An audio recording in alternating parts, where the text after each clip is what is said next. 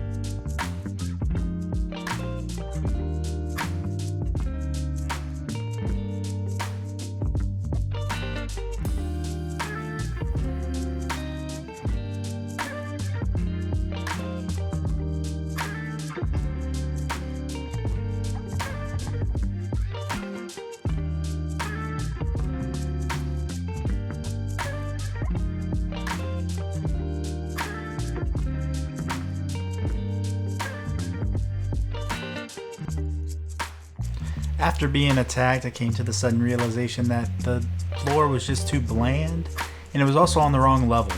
So I decided to add some barrels into it, give it a little bit more texture, and raise it up a little bit.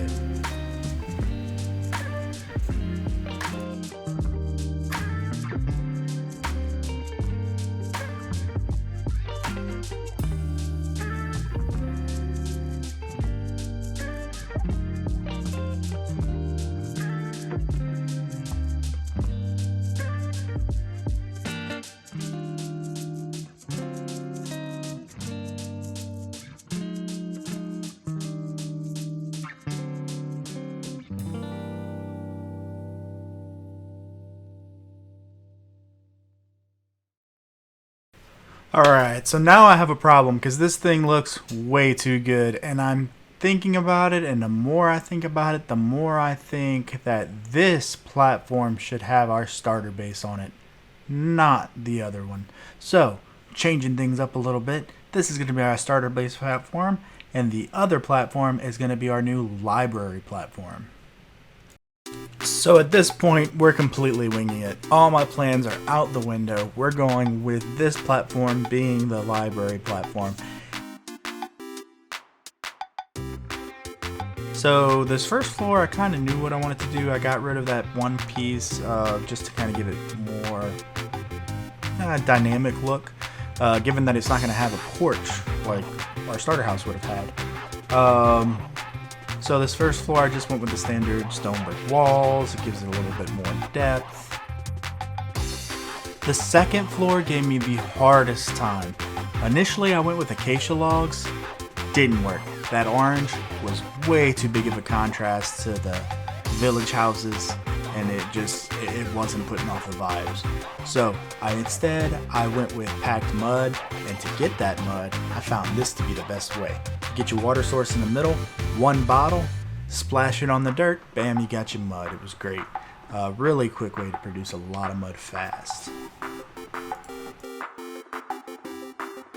Alright, so we're going to change up the entrance again because the andesite's just not working. So I changed it out with some dark oak, matched the arch from the back entrance. I think it looks great now. The roofs, I like the way they look. I like the deep slate. One curves in, one curves out, one's a little bit more barn looking. But I think it worked out pretty good. One thing I want to change to it is I want to add some moss to it. So as soon as I find some moss, I'm going to put moss all over this thing, give it a little bit more contrast, because that's a lot of deep slate.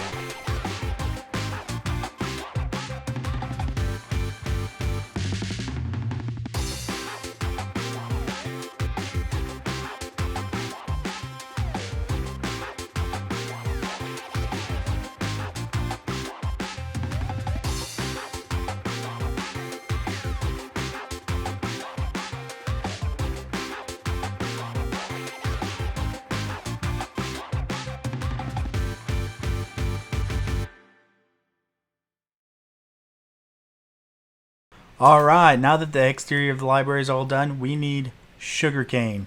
We need it for all the books that are going to go inside this thing. So, let's get that sugarcane farm up and running. Sugarcane farms in general are pretty easy. So, mainly you use hoppers, and what's good with the new mud blocks is that they don't sit a full block. So when the sugarcane falls on them, they go straight into the hopper. There's no need for mine carts anymore in the sugarcane farms. So we just put the stairs on the back. We go ahead and waterlog those stairs. That provides the water source for the sugarcane. And bam, you have your sugarcane farm. So now I'm adding pistons, one higher. So on the second level of the sugarcane, with a line of redstone dust behind it and a button. And now I have a manual sugarcane farm just like that. Now we'll go ahead and surround this whole thing with glass. That way, all the sugarcane falls on the mud blocks. Normally, to automate this thing, I would put observers on top of the pistons, facing the sugarcane to where whenever the sugarcane grows, the observers sense it, turn on the piston, and pop. There you go, you got sugarcane. But since I haven't been to the nether yet, can't do that to automate. So, I had a few other ideas. One was to use a redstone line coming from the villager's workstation and have that every time he communicated with the workstation, boom, there you go.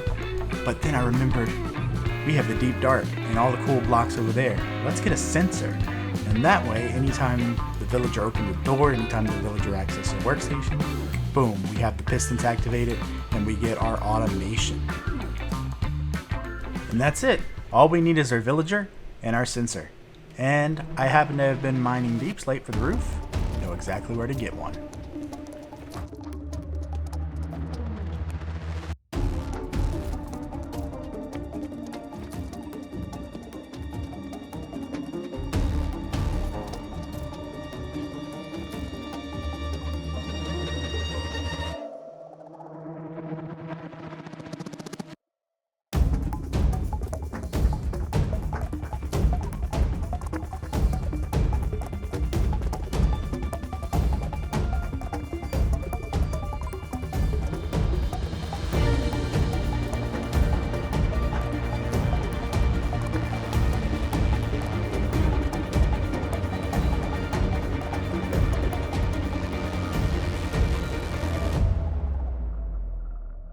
Okay, that was a little dramatic. The sensor was right around the corner from that. We will be going back to the deep dark though and fighting the warding, so be ready for that. It's coming soon.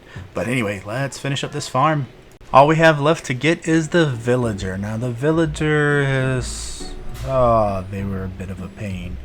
I let them out right when it started getting dark, so they went straight up to the beds, and then I had to push them all back into the hole and get the adult.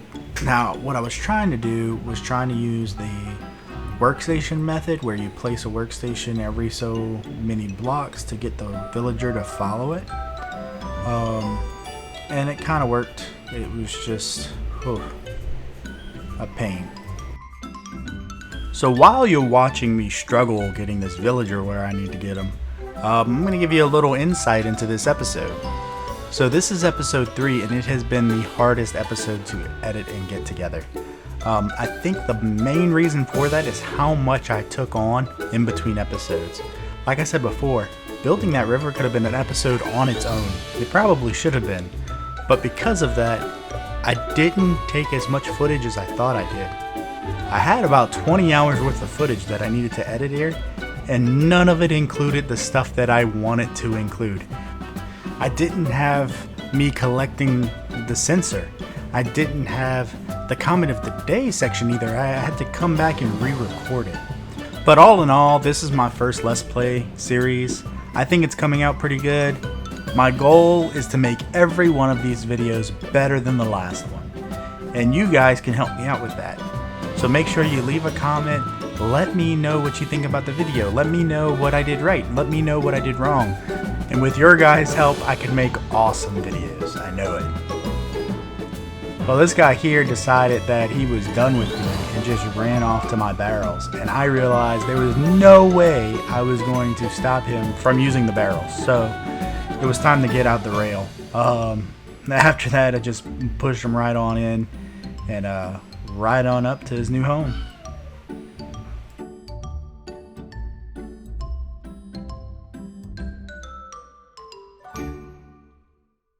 And that's it. With the addition of the villager and the sensor, our sugarcane farm is done. I went ahead and I AFK'd overnight for about 8 hours, and I got 2.5 stacks of sugarcane with this farm. It's not the best farm out there. I mean, it's really kind of small for most standards, but it'll do what I need it to do, and it got me all the books I need to finish up the library. And you know what time it is? It's time for a tour. You guys didn't get to see all the finishing touches I did, adding bone meal, adding the extra trees, the fountain, the lighting, but I'll show you that next time for sure. Right now we're going to look inside of the library. As you see a little balcony up top. Every now and then our little librarian comes and peeks over and shares with us his wisdom. Over here we got some trees. On this side we got a little display with spyglass, and I think I'm gonna move these hands over here. We got a little bell to get the librarian's attention in case you need something. Some desks to set up your books. Another little display with some books there too. And then we turn the corner over here and we get to the restricted section. Now in here we have our enchanting setup. We have all the books that we need to where we have fully leveled up enchantments. Of course we have an anvil and everything that we need in here. I went ahead and added a brewery stand anyway because it just looks cool and I think it adds to the ambiance. Over this way we have some more cool stuff. We have our lecterns and all of our storage that's going to hold our comments of the day. Of course that chest has the sugarcane in it. Right here we have our sugarcane farm with our sensor hooked up. As you see, every time I make a little bit of noise, it's going off. Right through here is our librarian's quarters. He's sleeping right now, but go ahead and have a look around. He's got a nice little tree. He's got a nice desk. He's got all the books he could ever want to read. And a nice little way to look down into the library as people come in. Man, he is just out.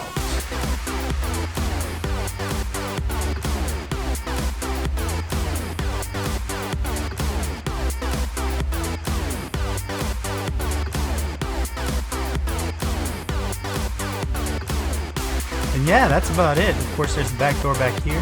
A little bit of a work in progress on the interior. I'm going to continue to update this, making it look better and better every time. We'll see where it goes. Hopefully it goes pretty well. I think that's everything I have to show you guys. So it's time for you to get out of here.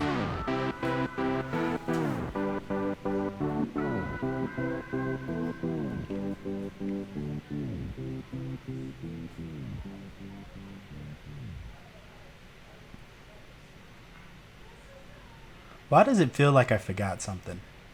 I definitely forgot something. What did I forget?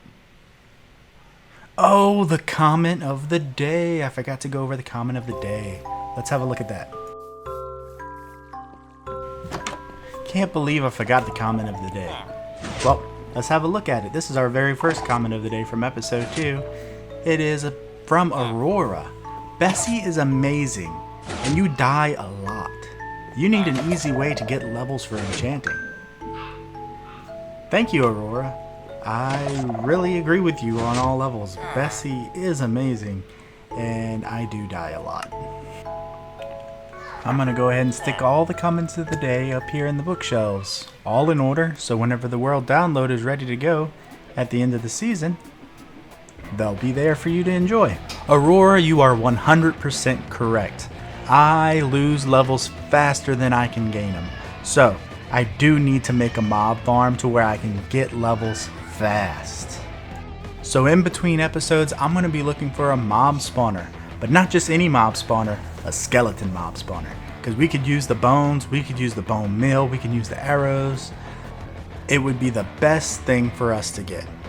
Now, other than levels and mobs, there is one other thing I need to talk to you about.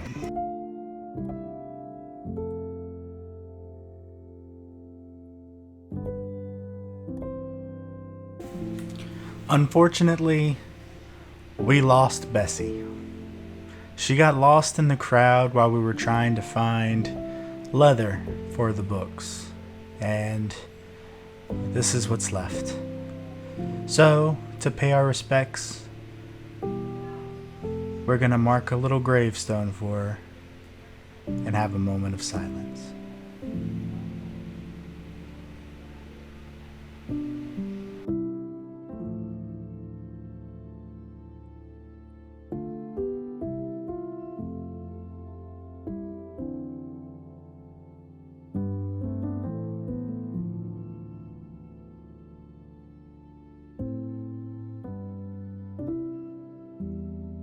She was a good cow.